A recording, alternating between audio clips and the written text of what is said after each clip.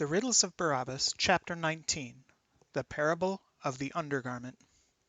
Jesus of Bethlehem carries his own cross to Golgotha. His undergarment is not torn.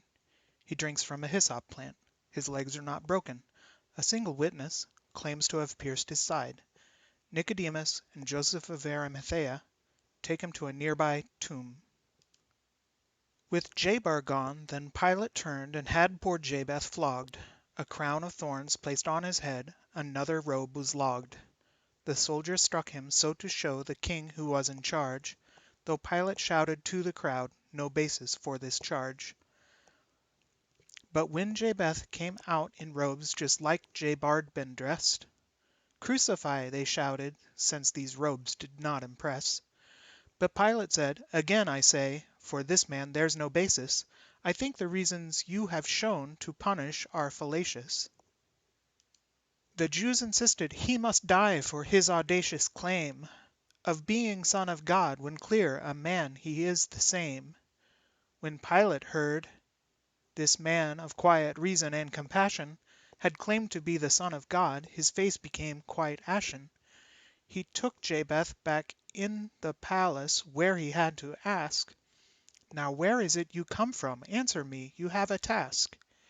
If you speak in your defense, then I might have excuse not to crucify you, but instead you'd be set loose."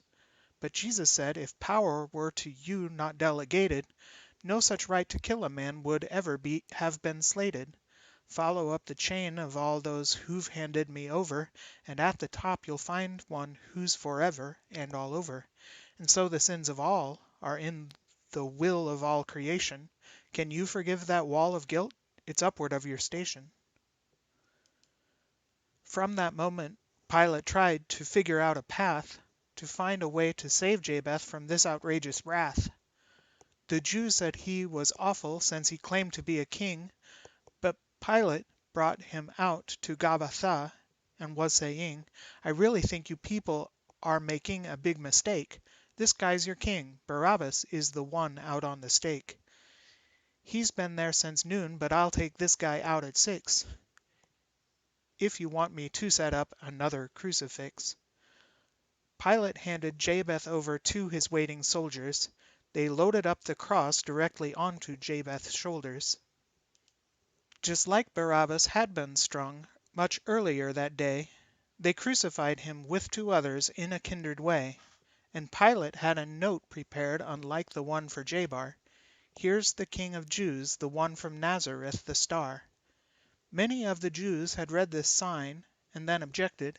He's not king, he claims to be. That's why he was arrested." Said Pilate, "I'm not changing what I wrote just so I fit in.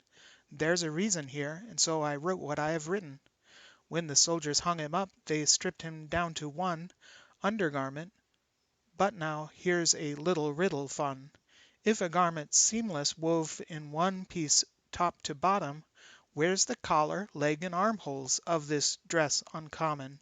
The only garment known to have a lack of all such features is naked skin, the only garment free from soldier seizure. "Let's not tear his skin," they said, "instead decide by lot who he will go home with, Mary, Cleopas." Jabeth saw his mother there, and said, "Here is your son." And to some one disciple there he said, "The lot you've won." So that disciple from then on took Jabeth and his mother into his home perhaps, where Jabeth remained under cover. Later, knowing Jabar suffered at the laws of Rome, and his part of the prophecy was finished, he'd go home. He said, "I am thirsty," and they went through the pantomime of lifting the wine vinegar for dying just in time. When the sponge had pressed against the surface of his lips, he said, "It's finished." Then he bowed his head like death transfixed. Now but for Jabeth, of the men who'd started after 6, none of those men crucified were ready for the fix. Also we should make a note the Pilate had been looking to find a way to free Jabeth, a plan he had been cooking. So when the soldiers came, they likely heard that Pilate said, "Don't be very careful checking whether Jabeth's dead." And so they broke the legs of two, the men on either side. They left the legs of Jesus, so he wouldn't lose his stride. And then there was the man who came and pierced the side of Jesus, though curiously absent was a third or second witness. Though the fact is suspect, does it not fulfill a scripture as we look at stories or the image in a picture? Pilate wasn't finished yet with all his interference. He still had to send in Joseph of Arimathea. He and Nicodemus came and pulled down Jesus' body, wrapped him up with spices, whether normally or oddly. There where he'd been crucified, there was a brand new tomb, and with Pilate's permission, its possession they assumed.